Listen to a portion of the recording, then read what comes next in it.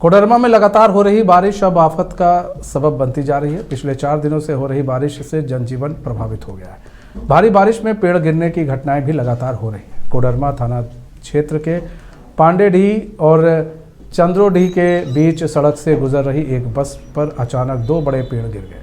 राहत की बात यह रही कि घटना में किसी तरह को जान माल का नुकसान नहीं हुआ। जिले में कई जगहों पर बिजली के खंभे और तार पर पेड़ गिर गए, जिसके कारण बिजली व्यवस्था भी चरमरा गई।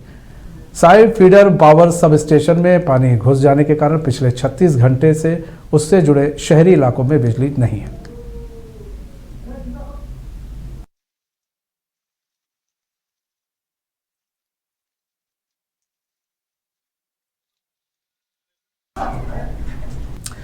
चांडिल डैम में पानी बढ़ जाने के कारण अब जो है बाढ़ जैसी स्थिति उत्पन्न हो रही है। ईचागढ़ समेत कई गांव जलमग्न हो गए हैं। घरों में पानी घुसने के बाद लोगों के सामने पलायन की स्थिति बन गई है। कई गांवों के प्रभावित होने की सूचना पर आजसू पार्टी के केंद्रीय महासचिव हरेलाल महतो दलबल के साथ ईचागढ़ पहुंचे और गांव के ग्रामीणों से मुलाकात की।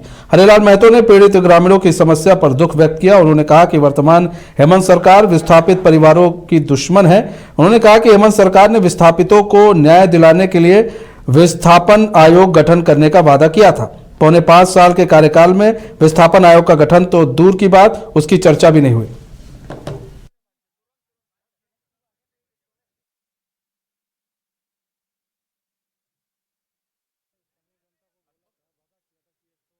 हाँ मैडम, कोई बात नहीं है।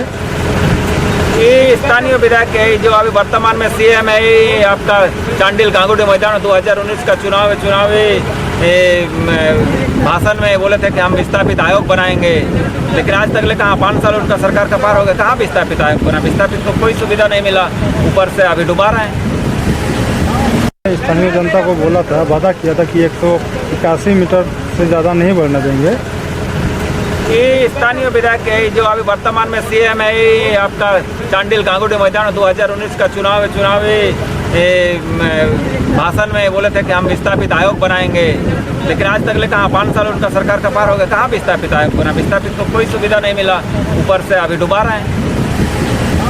स्थानीय जनता को बोला था, वादा किया था कि 181 मीटर से ज़्यादा नहीं बढ़ने देंगे। ये स्थानीय विधायक है जो अभी वर्तमान में सीएम है। ये आपका चांडिल गांगुडी मैदान 2019 का चुनाव भाषण में बोले थे कि हम विस्थापित आयोग बनाएंगे, लेकिन आज तक ले कहाँ 5 साल उनका सरकार का पार हो गया, कहाँ विस्थापित आयोग बना। विस्थापित को कोई सुविधा नहीं मिला, ऊपर से अभी डुबा रहे हैं। स्थानीय जनता लगातार हो रही बारिश के कारण रांची NH 39 पर निर्माणाधीन मुरगू पुल पर बना डायवर्जन तीसरी बार फिर से बह गया। सड़क पर खतरे को देखते हुए प्रशासन ने डायवर्जन से वाहनों का परिचालन बंद कराया है। प्रशासन द्वारा वाहनों को कांठी टांड से डाइवर्ट किया जा रहा है। वहीं ब्रॉम्बे के पास भी वाहनों को डाइवर्ट किया जा रहा है। ब्रॉम्बे से वाहनों को पाली की ओर से होते हुए हाजी चौक रिंग रोड निकाला जा रहा है। कांठी टांड से डाइवर्ट होकर वाहनों को ठाकुर गांव सड़क से ब्रॉम्बे निकाला जा रहा है। प्रशासन इस डायवर्जन पर नजर रखे हुए है।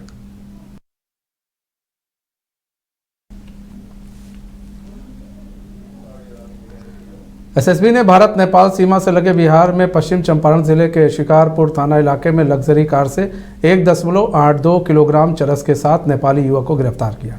पोखरा चौक के नजदीक रेलवे क्रॉसिंग नरकटियागंज से सूचना के आधार पर सहायक उप निरीक्षक मोहन सिंह ने अपनी टीम के साथ कार्रवाई की। अवैध मादक पदार्थ की तस्करी नेपाल से भारत में धन उगाही के मकसद से हो रही थी। पकड़े गए अभियुक्तों की पहचान कर कार्रवाई की जा रही है।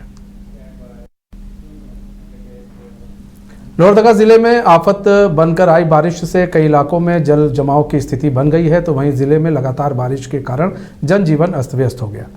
स्नेहा थाना क्षेत्र के कंडरा में नदी की तेज बहाव से पुल निर्माण के कारण NH 143 पर बने डायवर्जन बह गया, जिससे लोहरदगा गुमला मार्ग पर आवागमन बाधित हो गया। लोग वैकल्पिक मार्ग से आवागमन कर रहे हैं। वहीं किसानों को परेशानी उत्पन्न हो गई है। लोग अपने खेतों तक नहीं पहुंच पा रहे हैं। जल जमाव और नदियों में आए उफान से जिला प्रशासन अलर्ट मोड पर है। कई नदियों पर सुरक्षा को लेकर पुलिस बल की तैनाती की गई है। 7 दिन हम लोग इधर से बाजार करते हैं, जैसे आज भी हम भी बाजार निकले थे। इससे पहले 2 महीना पहले फिर एक मरता धसा था। उस टाइम भी काम नहीं चल रहा था ये पुल में, नया वाला पुल में। अभी भी बाजार निकले, उस वजह से आके देखें, गाड़ी खड़ा हुआ है मेरा रोड पे जैसे कि, तो आके देखे पुल बहा हुआ है। 2 साल का ठेकेदार टाइमिंग बोलता है, पब्लिक का कहना है यहाँ का गांव वाला का कि 2 साल से ज़्यादा ओवर हो गया है, अभी तक पुल तैयार नहीं हुआ है। इसके वजह से कितना बिजनेस मार खा रहा है, गरीब को मार खा रहा है। इस रोड के लिए कितना रोजी रोटी चलता है इस रोड में, इस वजह से इस रोड का सबका आज गरीब आज गाड़ी खड़ा हुआ है। परेशानी तो ये रोड में बहुत कुछ है। अभी देखिए जैसे है, ऐसे 2 जगह हमने पार करके आया है। झारखंड में ऐसा प्रशासन चल रहा है कि कहीं भी जाओ रोड बन रहा है और डाइवर्सन ऐसे टूट जा रहा है। बरसात का टाइम में प्रशासन इसको ध्यान देना चाहिए। किधर चला जाता है, पुलिस सब टूट जाता है। अभी ड्राइवर लोग हम लोग इधर काल रात से परेशानी है। अभी कितना दिन में बनेगा वो भी हमको पता नहीं है। ऑल इंडिया हम लोग घूम रहे हैं, लेकिन चैनपुर प्रखंड क्षेत्र में मंगलवार को अनंत चतुर्दशी का त्यौहार काफ़ी धूमधाम से मनाया गया। सुबह से ही लोगों ने उपवास रखकर भगवान विष्णु की पूजा अर्चना कर अपने बाजू में अनंत सूत्र बांधा।